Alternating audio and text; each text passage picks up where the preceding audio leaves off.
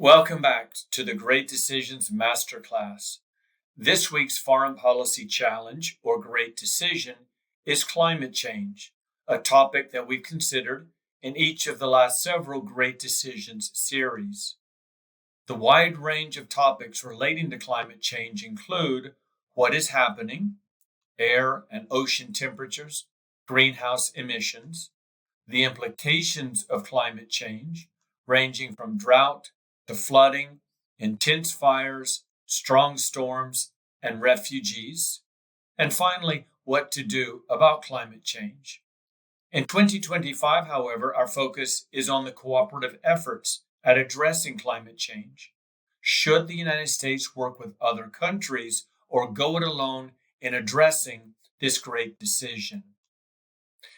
In that regard, climate change is no different than armed conflict among nations, trade across borders, or even the delivery of international mail, and that they all represent transnational problems, complex challenges not caused by any single nation that really cannot be resolved by nations on their own. Cooperation seems to be a requirement. Theoretically speaking, there are four different perspectives on cooperation in international relations. According to the liberals, all nations have a voice, and those voices should be heard. Gathering together in an open dialogue to discuss the challenge, identification of common interests, and finally, the drafting of rules, regulations, and laws, perhaps even creating a structure, an international organization to monitor the challenge and keep track of progress. A classic example of a liberal international organization is UNICEF, the International Emergency Children's Fund, created after World War II to address the common problem associated with children after the war, or the International Telecommunications Union. Realists have a very different view on cooperation among nations. To them, the focus should be on the principles and narrow security issues, so-called high politics. They engage with each other in a balanced trade-off, give and take, and ultimately draft an agreement that is not necessarily long-term, in that nation-states should always be ready to withdraw should their interests change over time. Nixon's anti-ballistic missile treaty is a classic example of a realpolitik agreement among major powers. So for the liberals, nations large and small, impacting and not, should all work together, identify the lowest common denominator, and then seek to elevate by creating new standards that all can achieve. A binding agreement holds them together moving forward. For the realist, focus is on the major powers. In this example, the three would get together, horse trade over what should be done, trade-offs in search of advantage. If we look at neoconservatism and America First, those advocates aren't very interested in cooperation. These are profoundly unilateralist foreign policy approaches. So their goal is to insulate, isolate, and move the United States away from other countries when it comes to cooperative efforts, solve their problems on their terms based upon American interests. Expectations vary greatly between the four perspectives. For the neocons and America Firsters, it's a flat line. They don't really engage in others, not willing to sacrifice American interests for broader global interests. Therefore, the expectation is minimal cooperation, if any. Realists understand there can be gains and, of course, losses. They will not be dramatic in either direction if foreign policy is handled correctly. It's only the liberals that have optimism. They believe in human nature and the ultimate good of nation states, the ability to cooperate, to sacrifice short-term interest for long-term goals. Their expectation is accumulated successes over time. The model for cooperation internationally begins with the most fundamental requirements in world politics, namely that autonomous independent units, we call them nation states, emerge, They interact with one another. It could be through trade, warfare, or diplomacy. When you have the interaction of independent countries, which we began to see around 1500, we have the onset of modern world politics.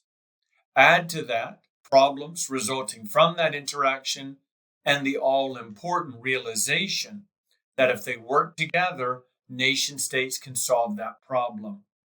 This doesn't happen in the modern era until shortly after 1815 and the Congress of Vienna. That marks the onset of the golden age of international organization. Now, organization as an entity, that would be a structure like NATO headquarters, for example, or the United Nations in New York. But organization is also a process. It is the process by which nation states meet, talk about common problems, and try to solve them. So this process can lead to an entity, like a headquarters, or simply a law that regulates the behavior of nation states with an express interest in solving the underlying problem that gave rise to the process. So NATO was created in 1949 to address the problem of West European security. The concern that the Soviet Union was militarily expansionist. The strategic arms limitation talks of the 1970s addressed the problem of unchecked accumulation of nuclear warheads by the United States and the Soviet Union.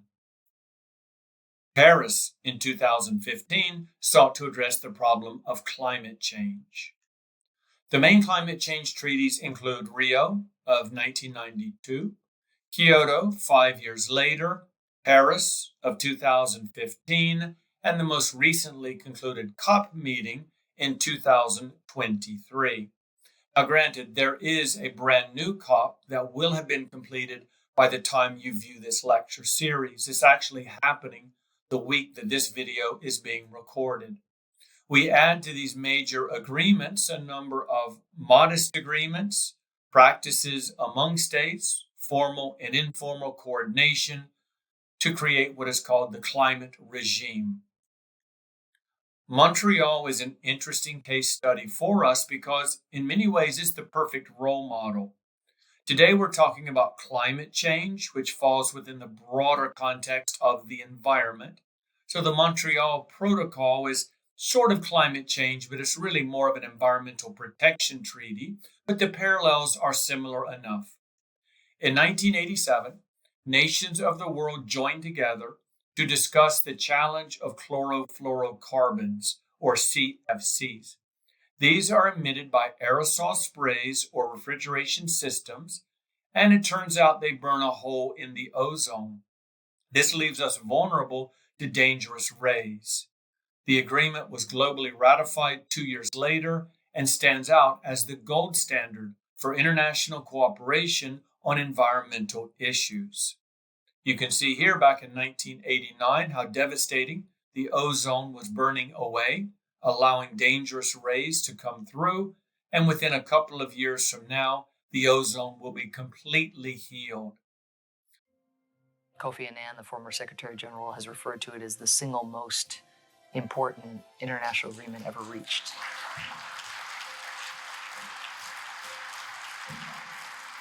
The world came together and agreed to replace chlorofluorocarbon, which was creating ozone holes. It is the model for the programs that we now need to deal with the global warming problem that we have in the world. So what is it about Montreal, this protocol that was so successful, so strongly respected and supported? I think the answer can be found in the three critical communities involved in the agreement. First, there was the scientific community. They all agreed CFCs are damaging the ozone. Then came industry, the people who produced the aerosol sprays, the refrigeration systems. They understood there were different ways of delivering the same product without producing CFCs. And then finally, and very importantly, politicians within this country and abroad were all on the same page.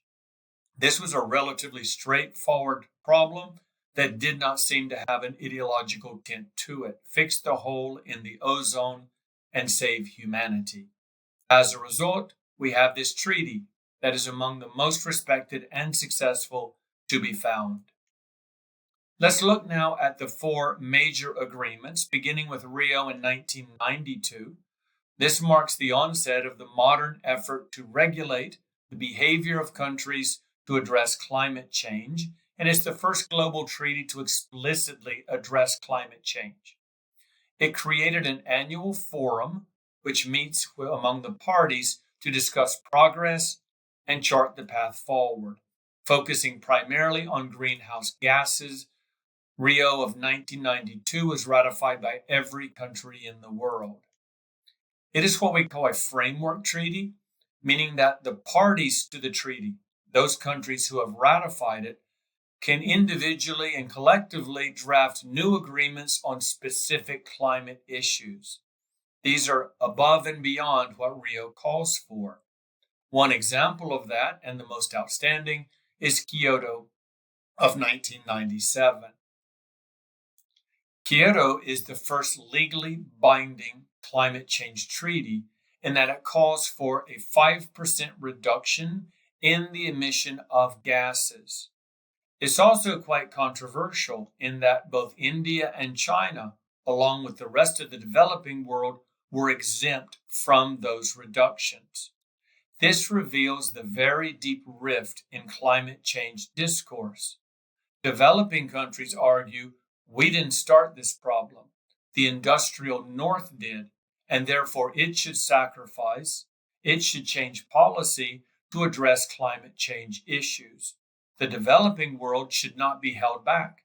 It should be allowed to create, promote, and produce as necessary so that it can catch up with the more wealthy northern countries. Paris of 2015. A success on the surface, a disappointment in reality. It requires countries to set their own emission standards, reduction pledges, and then to self-regulate, which means each country can decide what it's going to do, and then it tells the world how successful it was at achieving it. The overarching goal was to prevent a 2 degrees Celsius rise in average surface temperatures, a goal that we are not making progress towards. And of course, all the states were on board because the system was voluntary. There's not an international agency that's going to monitor and call out violators. Each country gets to issue its own report card. And then finally, we have the COP28, which concluded in 2023. It was hosted by the United Arab Emirates with very weak messaging from the beginning and serious questions over the host country. Fossil fuels are generally viewed as a major contributor to greenhouse emissions, to the warming of the planet, and yet the country hosting the event is an OPEC member and major exporter of oil. The Americans and the Chinese attended, but with lower level representation. You add to that the overall track record since 1992, the fact that so many of the goals established to date have been missed, and the general lack of sufficient funding to allow countries to reach both individual and global goals. So there was not a lot of optimism going into the 2023 meeting. The needs of the world as it relates to climate change since that very first agreement in Rio have only risen. The aspiration of proponents has gone up with it, but the results are somewhat flat, certainly disappointing. We just have not succeeded as a global community in cooperating on climate change. As noted earlier, what will be the most recent of the COP meetings occurring during the taping of this video lecture happening in Baku, Azerbaijan. Baku is also an oil boom town. As the meetings were getting underway, the American climate envoy said, well, the work will continue despite Donald Trump's return to the White House. There's a very pessimistic view among those around the world that given the change in American presidential leadership, that the U.S. will be an active participant in future negotiations. But America's political leadership isn't the only headwind to global cooperation. The dominance of political realism among governments around the world, which prioritizes high politics, military affairs, over low politics, such as human rights or the environment. The rise of populism in India, in Europe, North America, and beyond. This undermines internationalism and cooperation among nations because populism, by definition, is about the population of each individual country. So you're not looking to serve the interest of foreign countries and their citizens. Rather, the focus is at home. There's a general lack of consensus globally, and always has been, over what to do, how to do it, who will sacrifice, and who will pay for pursuing a green agenda. A general lack of global leadership. There's not one individual or a country that we can point to and say they're taking the lead on this for a long period of time. There are the economic consequences. This is not about making modest changes in an economy. It's about wholesale alterations to the infrastructure and also changes in human behavior. And finally, there's the North-South divide between rich and poor nations. What we saw happening in Kyoto with the exemption of the southern countries, this continues to be an obstacle or headwind to international cooperation on the climate. Big picture obstacles: the election of Donald Trump in 2016, someone who argued that climate change is a Chinese hoax perpetrated against the American economy. The COVID pandemic of 2019 and beyond, the re-election of Donald Trump in 2024, and of course, U.S.-Chinese divisions. We are two of the largest emitters of CO2. If we cannot get along and work together, it's hard to imagine global progress on the issue. The political divide here in the United States should also be noted. When we ask people in polls, should we take action? Is climate change a grave concern? Is it a priority? Generally speaking, those who want to take action are Democrats, and those who are less inclined for action are Republicans, although you can see there are plenty of Republicans that want to take action as well. But there is not a consensus. Our track record on the big four environmental agreements is not overly impressive. We attended Rio in 1992. We signed the document. We did not ratify. Kyoto, 5 years later, we signed. We did not ratify, and then we withdrew from the agreement. In Paris, we signed. We withdrew. We signed again. And COP28, we adopted. It was the weakest by far of the four, less consequences for U.S. signatory. We'll see if that gets reversed with the new administration. Lack of leadership is a serious problem because for nation states to work together, there needs to be that one go-to nation, that individual perhaps, who can lead the way. But if we don't have it, then we may not have cooperation. Our international track record on climate change cooperation is profoundly weak.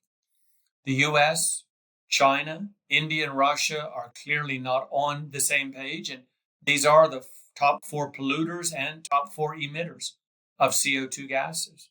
And what that means is that we basically have two options left. The United States can work with our allies and our allies alone. So that's sort of like between realism and liberalism. The liberals want everyone involved. The realists want principles. This approach would say, well, take the principles who are allies of ours. And if not, the U.S. can go it alone. Pursue climate change agenda without coordinating with other countries. Let's look at the Allied strategy.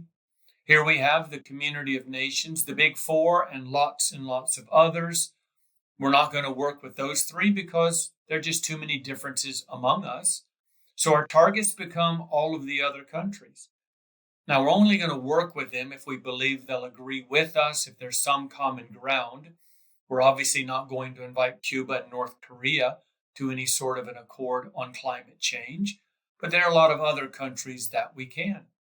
And at the heart of our alliance system would be the West European and others groups, the European Union, the United Kingdom, Japan, Australia, New Zealand, Canada, among many others.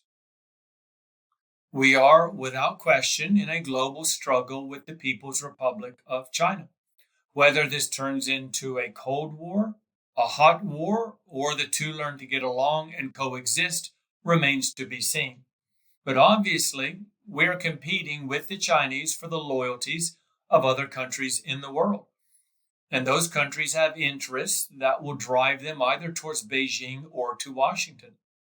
If the United States and our allies pursued a clean energy approach moving forward over a long-term period, it would position us very well as being able to say that China, Russia, and India are the real villains here. They're the ones polluting the world. They're the ones driving up global air temperatures.